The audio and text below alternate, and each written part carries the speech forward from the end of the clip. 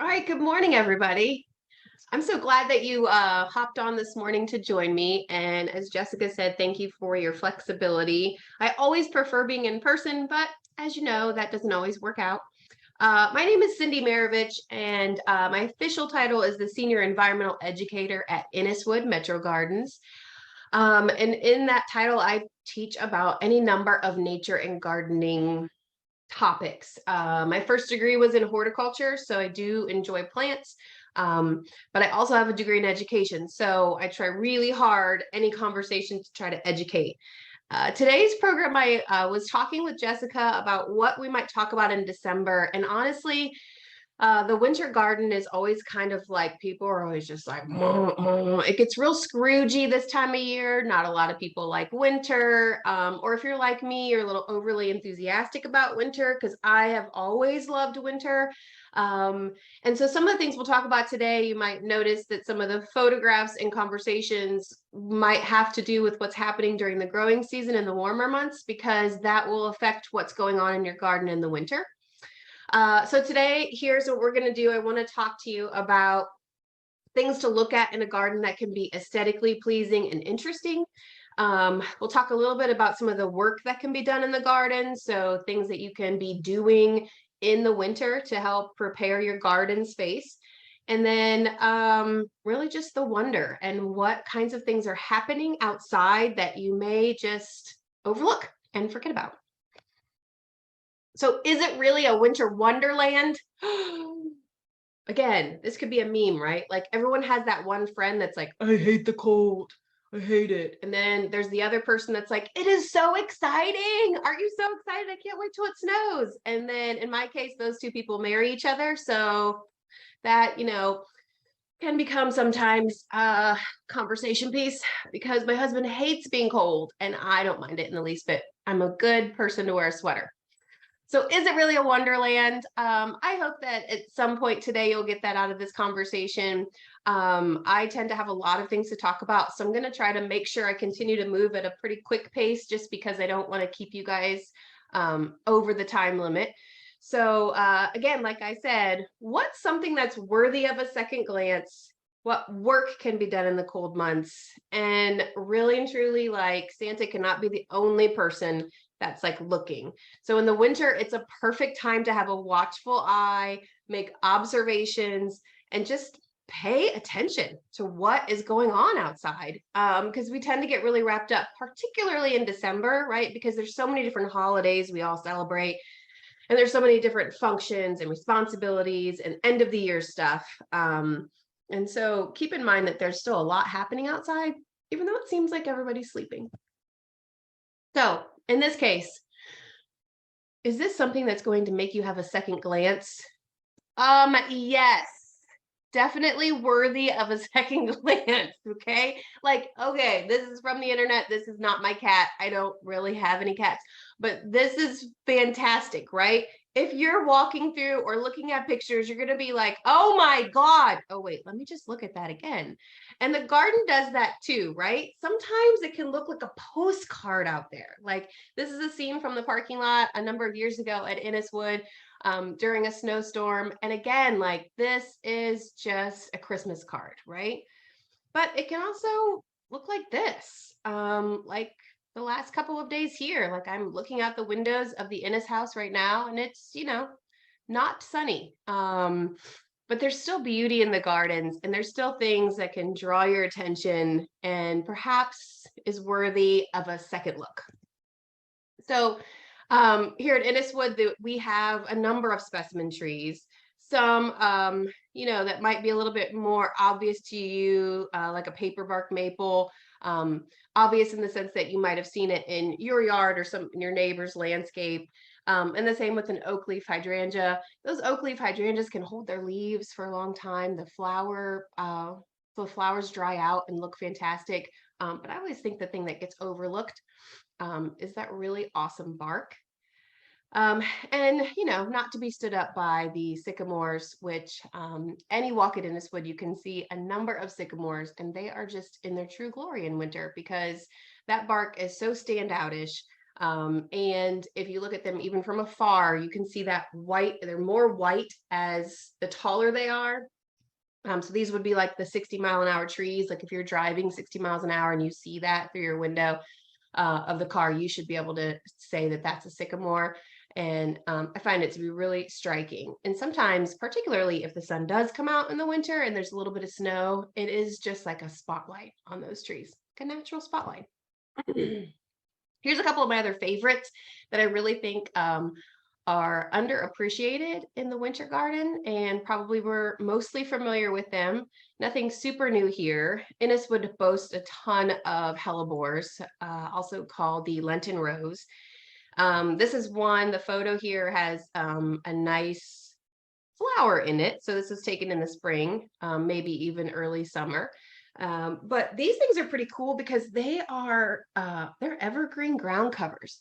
So if you're looking for something to kind of cover a space in your garden and you're like, gosh, I don't really want to use like a pachysandra, I'm really tired of like adding a bunch of mulch. Maybe they're not spaces that you want to turn into like tulip bulb beds. Then consider some hellebores. There are an infinite. I mean, probably that's not true, but there are so many different types of cultivated species. Um, and if you want any inspiration, you can always walk at Inniswood to see some. But they look fantastic all winter long. Snow hits them. They still have green leaves. It's a nice ground cover. It also creates a nice hiding and covering space for any sorts of insects and wildlife. And we'll talk more about that later. The winterberry hollies are always a showstopper, mostly because of these berries. They're deciduous shrubs, so eventually those leaves will drop and we'll still see the fruit on them, which can be really aesthetically pleasing in your garden. And the same with the American holly. The fruit does persist on there a little bit, not as long as it does on the winterberry holly, but because the American holly is an evergreen, you also get the benefit of those green leaves all winter long. Cindy, somebody asks if hellebore is deer resistant. Well, that's a tricky question because nothing is truly deer resistant. But I will say this, that at Inniswood, the deer tend to eat other things. So I always say that, and then people are like, but they ate mine. So I would think that they're most susceptible to deer damage actually in this flowering time because deer really like to eat buds and flowers. They're less likely to eat the foliage. So they're fairly safe against deer, but nothing's ultimate or absolute. Here's some more photos about the American holly. I think it has a really nice shape to it. There are different cultivars of the American holly, but this one is the straight species, and I think it has this nice conical shape to it. And this picture taken here at Inniswood, I believe, by Brian Knowles was just fantastic. That the ice just froze on those leaves. So it's a pretty stellar look in the landscape. And the robins and a lot of other birds are going to love you for it. The winterberry holly deserves a little bit more attention. We have a few stands of them here at Inniswood, and it is something I see frequently in people's yards. They are dioecious trees, which means the shrubs are either male or female. So the female ones are the ones that are going to bear the fruit. And that fruit tends to stay. We call it persistent in the horticulture world. It's like persistent fruit. But honestly, and the birds do love it eventually. My colleague many years ago referred to the winterberry holly for birds as gas station food. So it made perfect sense to me because if you are on a long car trip and you've been driving a long time and you've blown through your healthy snacks and it's maybe late, there's not many things open, but you really want to have something to keep going, then you stop at the gas station and you buy something at the gas station. It's kind of like you're in like mile 11, 12 of a half marathon, right? Like you're like, I need a little something to get there. So that's when the birds eat them. So they are just really hanging out for most of the winter. And so it gives us that really pretty look in the garden. And then at the very end of winter, when the birds are like, come on, man, like I really need food, then they're going to go and they're going to actually eat them. So Reasons behind that are still pending. I get that question a lot. Why is that? Why don't they eat it? Some people have said that maybe they're just not as nutritious for the birds, and they know that, or perhaps that lingering on the tree helps those berries to, I don't know, become a little bit more bitter or sweet. I'm not sure, but that hanging out on the tree, particularly in the cold weather, maybe affects the taste or the nutritional value. But I'm no expert on that, but I do know that they are persistent and they hang on those shrubs for a long time. So it gives us the beauty of it and the birds something to eat at the end of the winter when things are getting kind of hard for them. Shout out to evergreens. We like evergreens. We always highlight them in the winter, but they are forever green. So we should do, Jessica, we should do a program on evergreens like in June, because nobody cares about them in June, but they're Agreed. always green, right? So the evergreens are great, whether it is rows of different types of evergreens put together or the same one, like here in the herb garden. I encourage you, if you're interested or like things that keep their leaves, to branch out, try something different. There are a number of smaller trees and shrubs that will stay green, and there are many different options for what they might look like, and the colors and the shapes. And this sheet is all just really about Chamaecyparis, mostly because, come on, Chamaecyparis is a great word to say. Also, they're really great trees. They have this all shape kind of needle or leaf form to them. And there are a variety of options for you. They make for good cover for birds and other mammals actually in the winter time.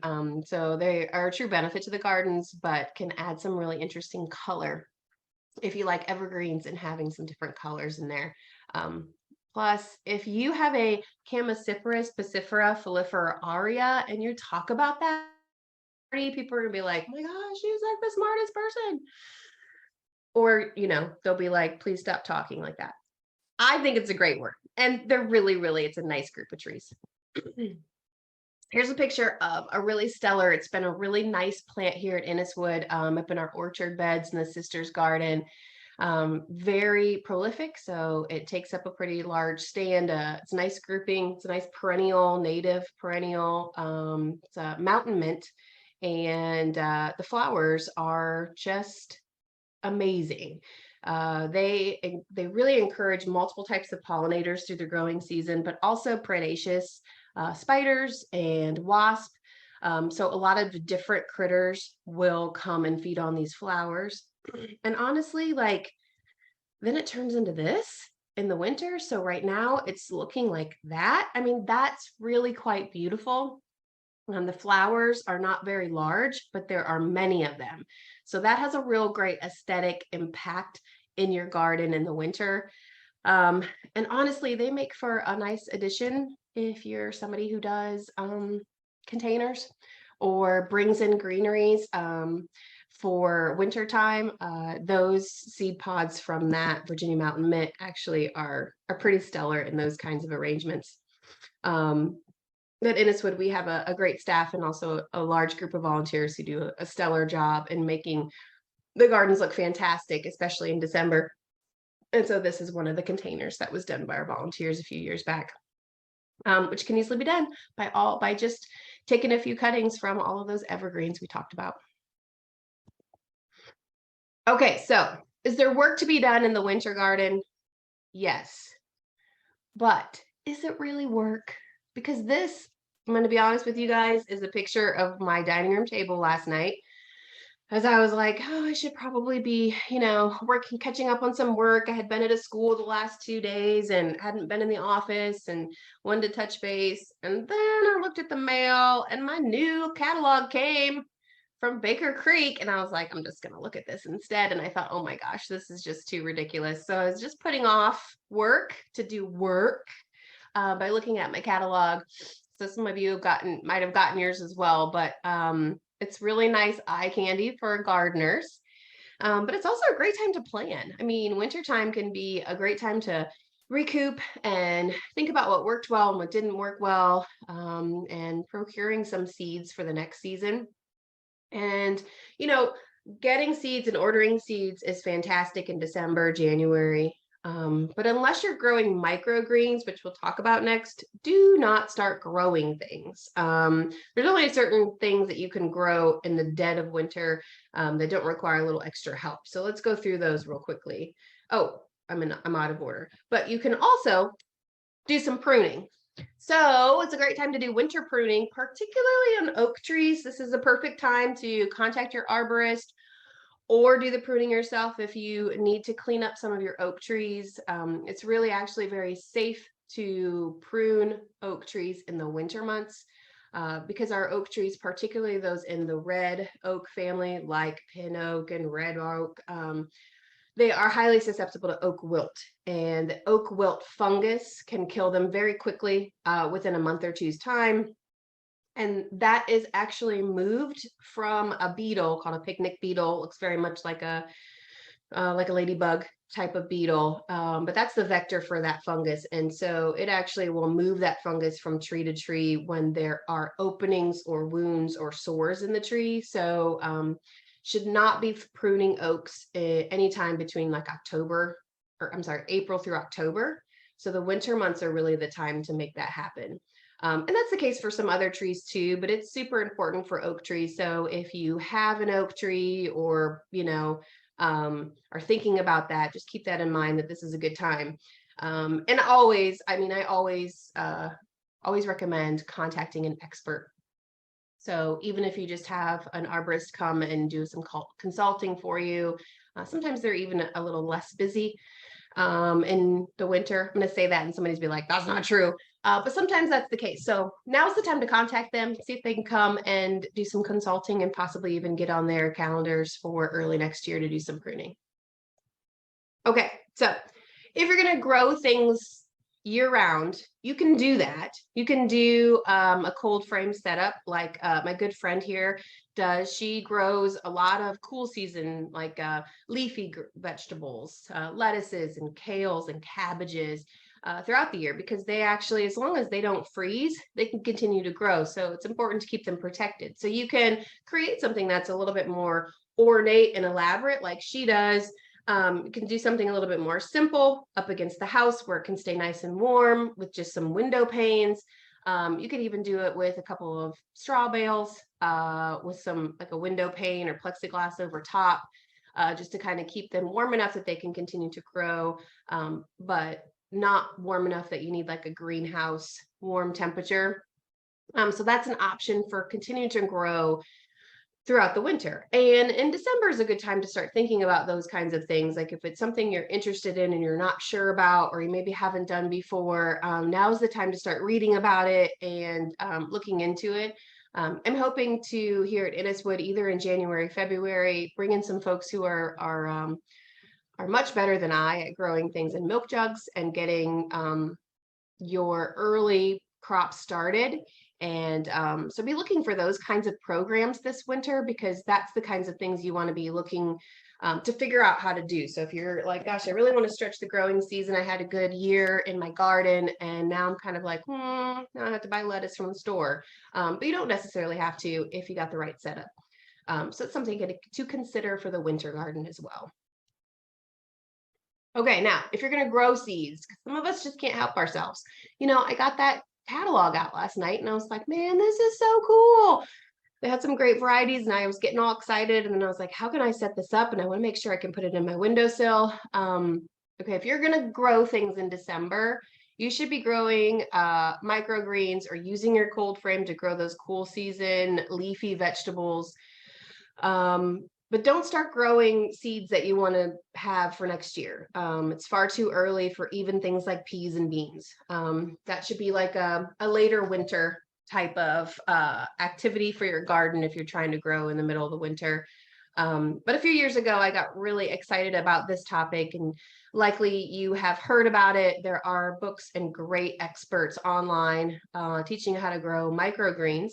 And basically, it's just eating baby plants. You can grow them year round in your house.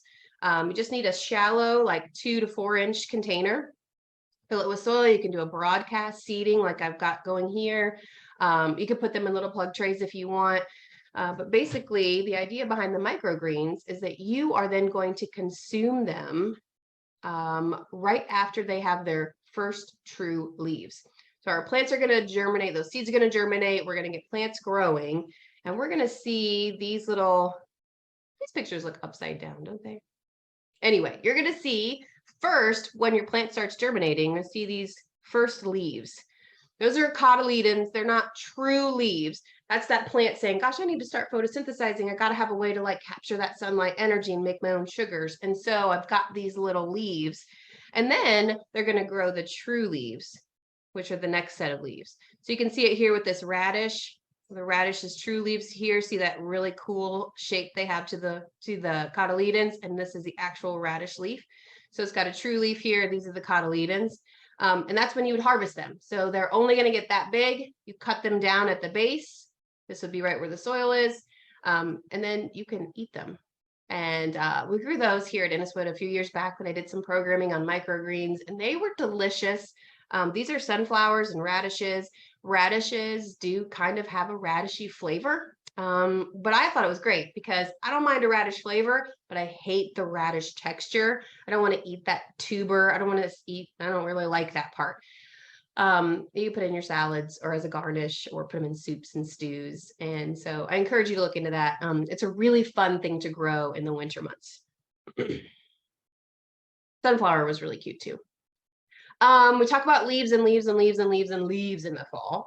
And if you're like me, there's still leaves at your house now. Still working on moving those leaves off of your lawn area. And it's important to do that. If you've got a lawn and a turf area you're trying to protect, it's a good idea to either mulch those leaves in, you can mow them up, or rake them off your turf. And we've been doing a pretty good job, I think, in the last few years at Inniswood of just moving those leaves into tree line areas, putting them in as kind of like an undergrowth. So wherever you might have a tree ring or a tree circle, adding those leaves there. This pile was much bigger when we first started filling it at the entrance at Inniswood, and kids were loving it. They were jumping and playing in it, which added a really fun component. But leaving the leaves has so many benefits. It really does help to enrich the nutrient value of your soil. And in addition to that, there are a lot of critters who overwinter in that. So when you go through and you pull those leaves and you bag them and you send them off to be thrown away, or you put them in your trash, you may in effect be taking away little critters that are actually trying to survive the winter in there. And I have a few more slides to talk about some examples of that. So just something to consider. Even if you're like, man, I really don't like these leaves, consider just moving them into a garden bed, or like in this case, a tree ring underneath some of your older trees, because it's just going to add value to that soil and then save some lives, if you will, in the interim. Cindy, we do have a Yes. question. The classes that you mentioned earlier, will those types of classes be listed on the Inniswood website? They will be. So the individual classes at Inniswood are not typically on the inniswood.org site. So you want to go to metroparks.net and search for Inniswood, and that's where you're going to find our programs. Highlighted things like different big events, artists, things to note at Inniswood are on the Garden Society's website, which is the inniswood.org. But all of our programming, you'll have better luck going to the metroparks.net and then searching for Inniswood or the topic of the program you're looking for. I did put that link in the chat. Awesome. All right, so remember I said Santa should not be the only one with the watchful eye. I did not take this picture. This is, I think, from a Reddit theme on the internet. This is so cool. Look at Santa. He is doing what you should be doing in winter. You should be out wandering and looking. I hope he's just looking for birds and not other things with those binoculars, but this is a great time to use binoculars. One, because there aren't a lot of leaves on the trees anymore. So it enables you to see a lot of birds. Now, I have led bird walks and talked about birds and done some bird identification classes, but to be a birder, it takes years. And to understand what they hear, and then identify them by the sound, takes a lot of practice. And I'm not there yet. And I've been watching birds for years. So that's why I love winter, because winter, you can actually see them. and you're not kind of stuck to the, gosh, I heard something, but I'm not sure if that was the right call. And now I'm trying to use my binoculars in a big tree canopy. So it's a perfect time to do some bird watching and to get involved in maybe collecting some data. You can join us for the Christmas bird count at Inniswood next Saturday. There's just a lot of opportunities in the winter to see things that you maybe wouldn't get to see in the growing season. And maybe you're just too busy. The gardens are busy and your life is busier then. So there is a hidden world. I've used this photograph that I took at Inniswood years ago in lots of my presentations, because in this, it really shows that there are so many things that are happening. And at first glance, you're like, oh, it's a nice winter scene. Oh, I bet it sounds crunchy when you walk on that path with your boots. The snow cover, of course, makes everything a little bit more cheerful, I think. But this is the space at Inniswood. In the foreground here, this is the prairie garden space. And so these are plants that are typically grown in prairie gardens, and we don't have a large prairie, which has more like a demonstration area. So some sunflowers, solidago, some baptisia, some of those things grow in this space. And then these plants are left up. They don't get cleaned out. We do mow this space, but it's only every number of years. And so these are basically perennial plants, and we just let them be.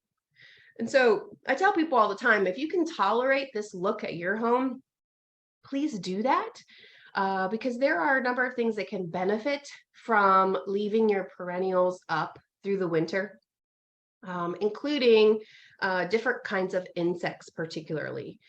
So if you were to walk this trail and look at some of these trees, you may notice holes left over from woodpeckers. And sometimes if you look closely at them, then you can also see some of these holes have been filled in, so they are not empty anymore. And that's because this is just truly how wonderful nature is. This is the wonder of it. So these woodpeckers are doing their thing, right? They're also very active in winter, so look for them when you're bird watching. So you're a woodpecker, you're hanging out, you're pecking into the tree. You've got this long tongue, so you've now created a hole. You're now got the tongue comes in. Usually most of our woodpeckers have barbs on the end of their tongue. They grab those insects and then suck them back up to eat them. And the insects are found typically right underneath the bark. So they're going through that like new growth area. Then they leave those holes. And then those holes get used by different insects. So for example, in this case, these are likely being filled by a different type of bee. There are a number of solitary bees that will actually lay their eggs in a big long row. So they will use these leftover woodpecker holes to lay a series of eggs. And that's how those bees will overwinter. And then when the seasons change and it gets warmer, then those bees will wake up. They'll turn into adult bees and they will climb out of there. So this is not, the next two photos are not my photos. This is a colleague of mine who shared with me these photos. She was doing some cleanup in her garden in the springtime, like probably March or April, and noticed she was cutting things back that there were some tiny little bees, and she thought, oh, it's a little early, but that's okay. It's a nice warm day. And then she stripped open that stem and found what was inside, which is what a lot of us have learned over the years, but to see a picture of this was pretty cool. So remember I talked about some of those bees will lay their eggs in long tunnels. Some of them do that in trees and leftover woodpecker holes, and others do that in leftover standing perennials. So they will actually lay those eggs in the stems of those perennials. And then in the springtime, we now have full grown bees and they're ready to march out of there. So this is a whole line of bees, so many bees that are just living in those plant stems. And that's how they're trying to get through the winter. So if you're somebody who, again, I live with someone who loves to clean up the beds and take everything out. And 20 years ago, when I studied horticulture, that was a very common practice to come in and cut your perennials back in the fall. There were a certain ones you could leave up and they had that aesthetic peel and they did okay. But for the most part, our herbaceous perennials got chopped back. You put them in either in compost or you threw them out. And then you moved on. You mulched that bed and everything looked clean and empty. But if you can tolerate even a little bit, even a small patch of perennials hanging out through the winter, then you may have the opportunity to provide a home for a small insect that's trying to give their babies a chance to come out in the springtime. So just something to consider. Any hollow stem or hole can be used for these kinds of things. So if you can tolerate it, leave those perennials. And when the snow falls on them, they're kind of pretty. Here's a couple of the bees that might do that. Sweat bees will lay their eggs in long tubes. They're a solitary bee along with a mining bee. These are also early bees, so we see them early in the year, including this mason bee. A number of years ago, there was a big interest in mason bees and making additional homes for them. And so if you're familiar with that or a part of any of those programs over the years, that's still important and still valuable. And basically, in order to create an additional like home or space, you basically just roll up newspaper. You make them look like little straws or tubes and make sure that they're not too deep or too shallow, and gives those bees an opportunity to lay their eggs there. So to kind of mimic those woodpecker holes or plant stems. Because now we know better, so we can do better. So we know that these guys are going to need that long tube. Usually it's about 6 or 7 inches deep in order to lay their eggs and have a nice, safe overwintering place. Here's a couple of like inside photos. So the top one is an actual stem with what I like to call the alien phase. So this is, kind of like an immature bee before they've moved into adulthood. And that is an actual like natural twig. These are controlled areas. So these were like created tunnels, makeshift additional homes for these bees to use. This one actually was parasitized, got some spider activity here, but you can see the idea is that the eggs are laid. Then they use a little, what they call a bee bread. So the female will create a little bit of a package of food for that guy when he emerges from his eggs, so he has something to eat. And then they pack that with mud. And then they keep doing it again and again and again. This cute little bee is a leaf cutter bee, and leaf cutters also will lay their eggs in the same manner, and then they pack theirs with leaves because they are frequently harvesting leaves. And if you've not experienced a leaf cutter bee, they're pretty great. I don't have a picture of that, but you will know that you have them because they will leave little holes in your leaves that look like somebody came through with a hole punch. And just created little holes, and usually they're on the margins, so a little hole punch on the margins of the leaves, and that's your leaf cutter bee. But know that they are solitary. They don't have a hive like our bumblebees and honeybees. It's just that one woman just trying to lay eggs and make sure that she has another generation next year. So creating these little habitats and homes, and knowing that that's going around right now in the winter, that these little eggs are just trying to make it through. It's kind of fascinating. It's truly a wonder, I think. All right, this is one of my favorite plants. I love this perennial. I tell people, everyone, if you come to one of my programs, I'm sure I've mentioned it. I'm a big fan of Baptisia. I like the cultivated species. This one's Australis. It gives you these pea pods. This is actually the pea pods, though, of the white, the native one. But the pea pods are pretty similar. They're in the legume family. Other things in the legume family include this beautiful tree. Jim did a nice picture here of this one. This is the Kentucky coffee tree. We've got a stand of those here at Inniswood, just outside the Innis house. And they also leave these beautiful pods behind because they are in the legume or Fabaceae family. So think peas, same kind of idea. But in the winter, this is what we see, right? We see these are fun. My kids will take these and shake them because the seed pods will make noise inside there. These are just really long and dramatic. They're like dramatic pods on there. But these plants, this tree and this perennial actually have a great benefit. And so know that when you see them, they're actually also a nice home for a butterfly. Oh, that picture is really kind of fuzzy. Not doing it justice. This one's an eastern tail blue. See this little tail? You can't really see it because now it's fuzzy. But this is a cute butterfly. It's tiny, it's little, like the tip of my pinky little. We see them here in Central Ohio. They're on our butterfly counts here at Inniswood. But the reason why this is important and connected to these legume plant families is that this guy, the caterpillar, look at that gross thing. Okay, I mean, what I meant to say was, look how cute that is. That little caterpillar, many times will actually crawl into the seed pods of those plants that are in the legume family, since that is what they eat. That's their host plant.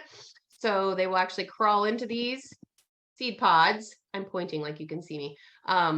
They crawl into these seed pods and they will actually overwinter in there as little caterpillars.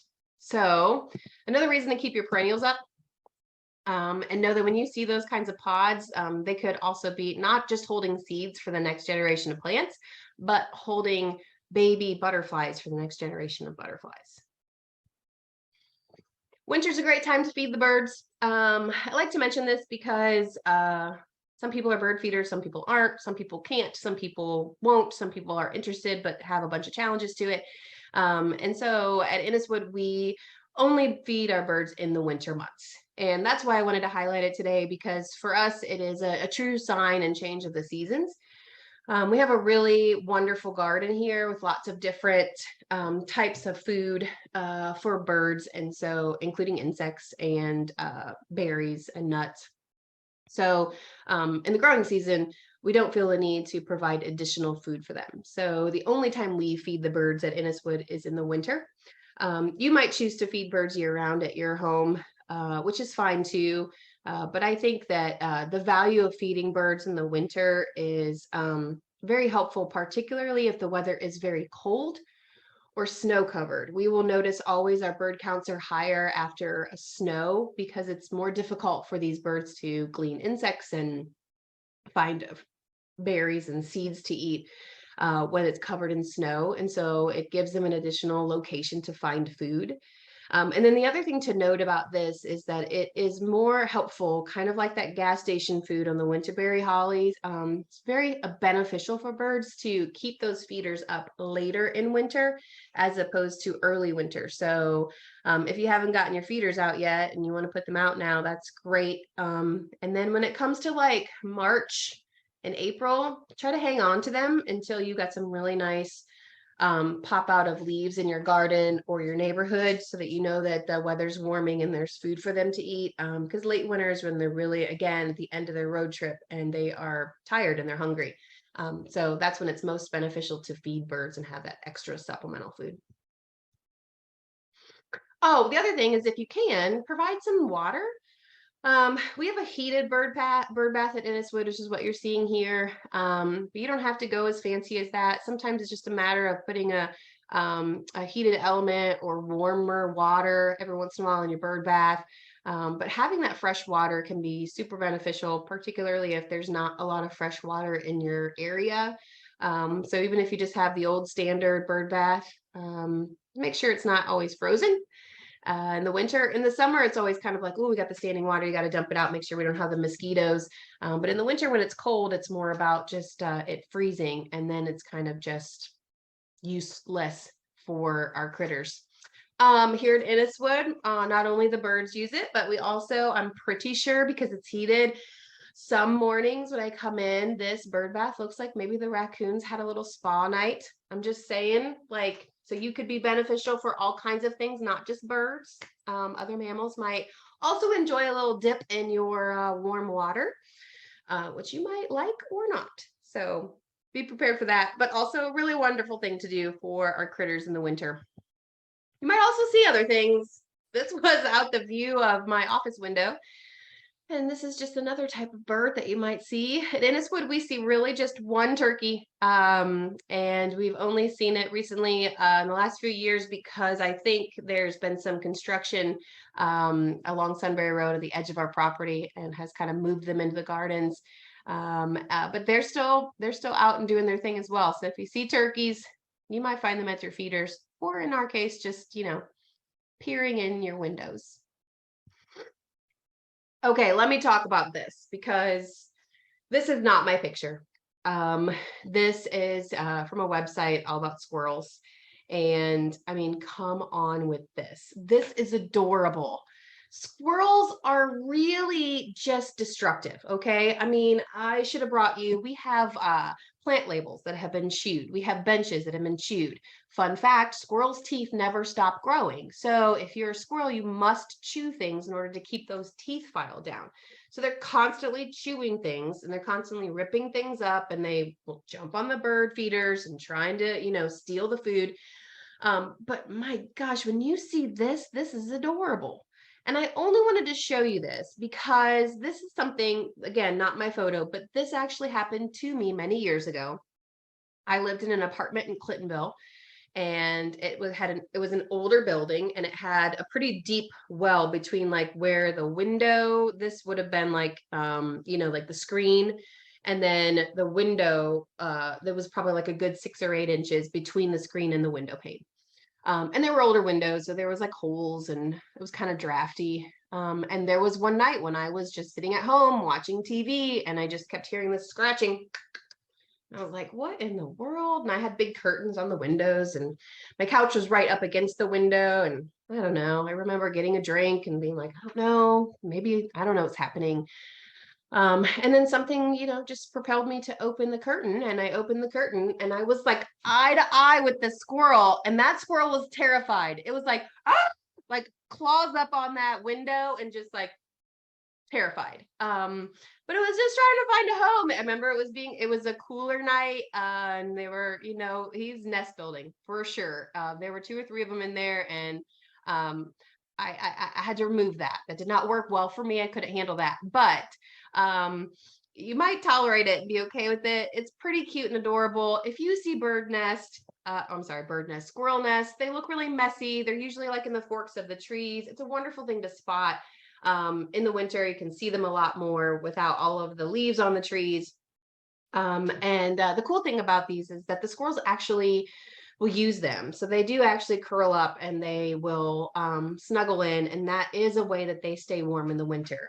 As opposed to birds' nests that you see in the winter, those are not being used anymore. Birds use their nest when they are laying eggs and rearing babies in the warmer months. But in the winter months, they're not sleeping or hanging out in there. They're not homes anymore. But that's not necessarily the case for squirrels. So squirrel nests can still be very helpful and important for squirrels. And they do much better when they're actually appropriately in a tree.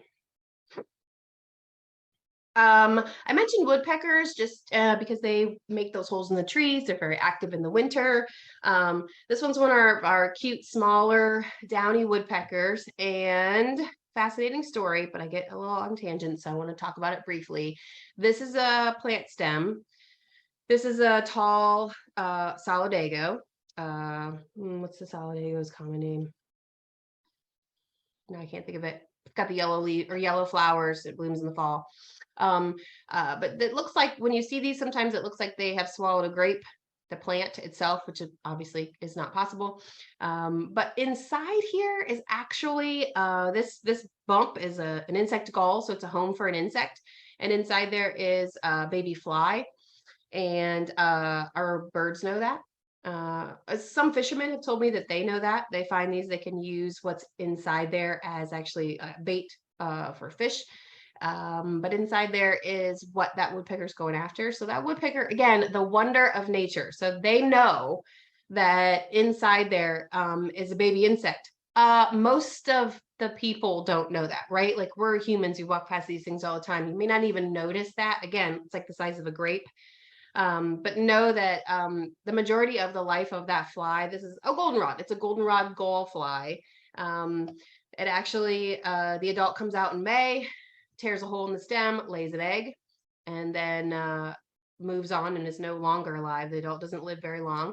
And then basically the entire spring and summer and fall and winter, this little baby fly grows and grows and grows and builds a nice little home for itself. And then in the spring, it's ready to emerge and come out of there if it can make it and doesn't get spotted by woodpeckers. Okay. Cindy, Yeah. 15 minutes. Oh my gosh, I have so many things. I knew I would do this. I want to talk quickly about some tough butterflies. Some of our butterflies, like this one called the question mark. See the question mark? And this one called the comma. See the comma? They're really into grammar. Here it is, the comma and the question mark. They are very common butterflies here in Central Ohio. We see them year round, but they actually overwinter as butterflies, adult butterflies. They hang out in the bark of the trees, and they just basically sleep. They go into little diapause and they sleep through the winter. Morning cloak does the same. So these are the ones you'll see. Morning cloak, the comma, and the question mark are the ones that you'll see emerge early in the spring because they're already adults. That's not the case for many other kinds of butterflies and moths, including this one. This is the chrysalis for, in this case, it's the pipevine swallowtail, but this is the case for all swallowtails, that these are the butterflies with the little tails on them. They all build these chrysalises in the fall, and then they hang out with these really beautiful strands holding them. Look how cool that is. And they overwinter this way. And you will find them on their host plants. So whatever it is that those caterpillars are going to eat, that's where those chrysalises are going to be. Sometimes they're only a good 6 or 7 feet off the ground. And so I always wonder, like, okay, if they're hanging onto the tree branches, they're nicely camouflaged, and we're coming through with our lawnmowers, or in my case, like my kids are throwing footballs and stuff. Are we knocking them off onto the ground? And maybe we are, and they're going to hang out in the leaf litter near those trees. This is the eastern tiger swallowtail. So another example. Overwinters as a chrysalis, looks very similar to that chrysalis we just saw. And it's going to overwinter as a chrysalis on those larval foods. So wild cherry, basswood, birch, willow, the things that those caterpillars are going to eat. Okay, I encourage you to do some community science in the winter. This is a really cool project by the Chicago Botanic Garden. It's Project Bud Burst. You can just make an account online and go out and do some observations. It's fun to do as a group or by yourself, or if it gives you an opportunity to go and look for things. So if you're like, I want to go walking, but I'm not really sure what for, so it can give you some purpose. So winter is a great time to do community science. And I really like this project because it's another one of our public gardens. And basically you just figure out what you want to observe. And most of it is plant focused. And you just make observations and report them. And you don't have to have any other knowledge about it. It's pretty easy breezy to do. Here's another type of insect that overwinters kind of in an immature stage. So if you see something like this is a cocoon. So cocoons, because it's a moth. This is a Cecropia moth. Cecropia moths are large silk moths that we see here at Inniswood and probably in your neighborhood. If you're in Central Ohio, just don't often notice them. But they will overwinter in cocoons just like this. So again, something you could easily overlook. It's just stuck to a tree branch. Sometimes they might even fall off, in which case they can hang out in the leaf litter if you haven't gotten rid of your leaf litter. This one's pretty cool. This is the caterpillar of the viceroy butterfly. Viceroy is that monarch mimic, so it looks a whole lot like a monarch, but it's not. And the caterpillars look like bird droppings, which I think is a great camouflage. So here's kind of a late instar. So this is an older caterpillar. And here's what they start looking like in late fall. So in late fall, the new caterpillar, so like an early installer, like a little teeny one, goes to a willow tree, typically, because that's their host plant, and will curl itself up into these small leaves. And then hangs on those branches like that throughout the winter. So imagine like sleet and snow and wind, and there's just a little baby caterpillar hanging out in there trying to make it through the winter. Okay, here's the spring azure. Similar, it's going to overwinter as a chrysalis. It is a very small butterfly, again, like tip of my pinky finger. It's cute. We see them all the time in the growing season, but in the fall, they build these chrysalises, and the chrysalises are not usually attached to any sort of tree. They're usually at the base of their food source, their shrubs and trees, and they look like this. I mean, that's like nothing. Look at this caterpillar. It looks like a booger. It's not even big. It's like easy to overlook. So another reason to keep that leaf litter, because possibly in that leaf litter, you may have some overwintering chrysalises that just get mixed in and they look just like a whole bunch of I don't know, litter, leaf litter. Great Spangled Fritillary is one of my favorites. The fritillary butterflies are, the caterpillars only eat violets. So I always am a big proponent for violets. People try to dig them out of their lawns. They don't like them, and that's fine if that's your preference. But they are the only thing that this butterfly's caterpillar will eat. So they're very valuable and important to the life cycle of that caterpillar. And I find these to be just fascinating because if you know anything about violets, here's a picture of them. They really only are available to see in the spring and early summer. So they'll leaf out, you'll see the cute little flowers. And then because they are an ephemeral perennial plant, they just kind of disappear. But these adult fritillary butterflies, they don't care. Usually by late summer, early fall, they are then laying their eggs. So that female lays their eggs in and near and around, and sometimes even just where that butterfly thinks it's an appropriate habitat for violets to live. That's where she lays her eggs. Those eggs then hatch out in the fall, and you have these tiny caterpillars. I mean, it looks pretty ferocious, and as they get bigger, they have like these gigantic spines on them. But again, these are teeny tiny, again, like pinky finger or smaller, like half of my pinky finger. And they are just hanging out in the ground near to where those violets are growing because they can't see the violets anymore. So the butterfly's just like, this looks like a good place. I hope my babies have something to eat. Sometimes they will actually go to like the base of trees. And then they just overwinter as tiny caterpillars. So they will be able to just go into this diapause stage and hunker down through the winter. I can't go through winter without talking about the woolly bear. The woolly bear caterpillar is also kind of magnificent. It overwinters as a caterpillar, so it can actually freeze its body. It's got some, well, it doesn't freeze its body. It has antifreeze components in its body, so it doesn't actually freeze, but it will slow down a little bit. Sometimes it will be in the caterpillar stage for 2 years, so it can survive 2 winters. Eventually, it will pupate and then turn into the adult Isabella tiger moth, which is kind of pretty, but rarely will you see that adult because the adult Isabella tiger moths are only alive for about 24 hours. So they emerge and they mate and they lay eggs, and then their life is over, and so begins the caterpillar stage, which is why everyone seems to really enjoy the woolly bears, because the woolly bears are really what we're seeing more than the moth themselves, the adult. All right, I will leave you with this because this is the Inniswood owl watching over winter. I do hope that we get some snow. I'm kind of a fan of snow, and it has great benefits in your garden and for the outlook, I think, on winter weather. I do hope that at some point you learned something this morning. I'm happy to answer any questions. I do know that there's some comments in the chat, so I'll wait for Jessica to let me know if there's any questions about this morning's presentation. Well, thank you very much. I learned a whole bunch. There were some questions in the chat. Yeah, I believe that you have answered most of them. Let me go ahead and look through there. Again, the link to the question, will this type of classes be listed on the Inniswood website? That is in the chat. Somebody asked about the spelling of Baptisia australis, and I put that in there. Awesome.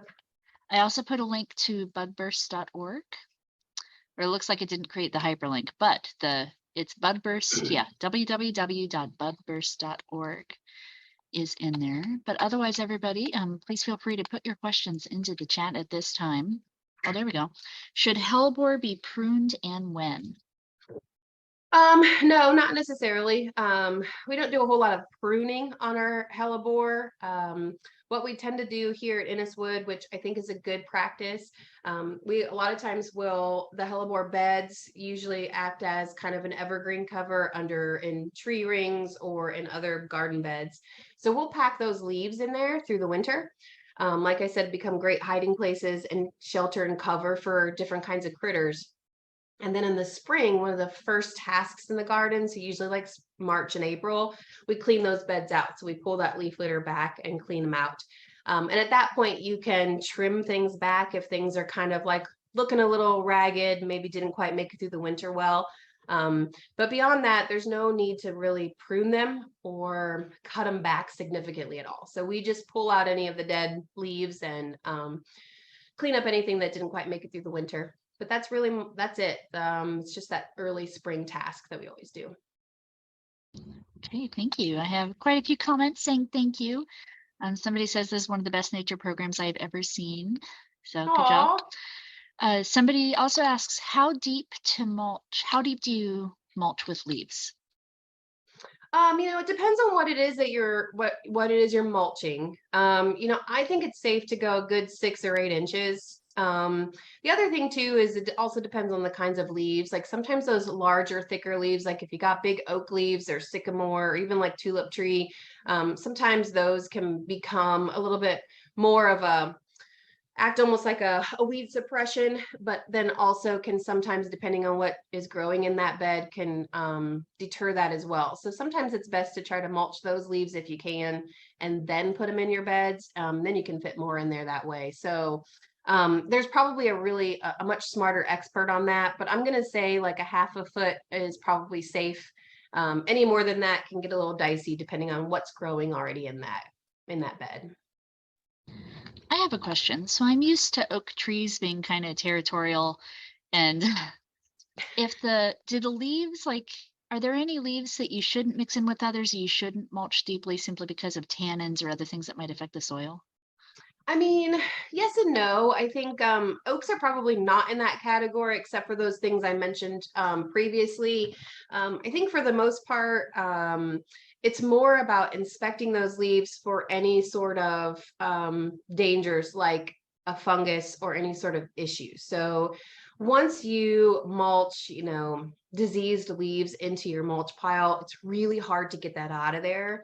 And so then you're kind of just spreading that as you use that mulch or compost into different garden beds. So, really, I'm not going to do a great job answering this question just because it's pretty specific. There are trees that don't like to play well with others, like a black walnut. Really, it's very allelopathic. So the black walnut roots actually they produce this juglone, which is basically toxic to a number of different types of plants, like things in the tomato family. So if you have a walnut tree, you are not going to be able to grow tomatoes anywhere where those roots are because they're going to kill that. And so that I think becomes more of an issue in the growing season and what to grow near things, as opposed to when you're mulching. When you're mulching or collecting leaves or using the leaves as kind of like that cover or putting it into your tree lawn or your tree ring. I think it's more of an issue of paying attention to how healthy that tree is. And if you've had issues with that tree or you notice something not going so great with that tree, that's when you want to make sure that you're kind of removing as many of those leaves as possible and just disposing of them and getting them out of there. That's not a great answer to your question, Jessica, but I hope it helps a little bit. Oh, it does. Thank you. Somebody else asks, should you remove the leaves in the spring from your beds or should you leave them? I mean, certainly that's when to do it. I would keep them through the winter. And honestly, I got this question recently. I was speaking to a garden club and she said, "Well, what's the date?" Like, because I want to make sure I keep my perennials or keep my leaves in there, but like when can I actually know that I'm not going to be like moving anything out of there? And you really can't, because everything has their own time schedule. And now that we know that the climate is changing, then that timeline is shifting. So there's really no like magic number to say, gosh, if you wait until May 1st, you should be in the clear. But I will say this, that the longer you wait, the more chances of that wildlife diversity being able to happen in your garden. So if you're willing to wait until April to clean your beds, then do that. But if you can't, then just pull your leaves out and start cleaning your beds in March if you got a nice spring day, if we end up with that kind of weather. So it's really a personal choice, but I think the later you wait, so the longer you keep those leaves in your bed, the better benefits there will be to that soil and to any life that's living in there.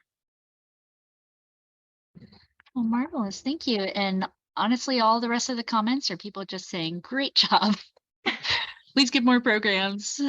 You're great at this. Oh, So good well, job. that's This wonderful. was, Thank you guys. I really appreciate that so much. I'm going to leave the building and just stare at trees for a while. So yeah, this will have an immediate impact. Great. See, it's the wonder of winter. It's the winter wonderland. That's right. All right. Thank you, everybody. Cindy. Everybody Thank you, have a good Jessica. day. You're welcome. Thank Thank you. you. Bye.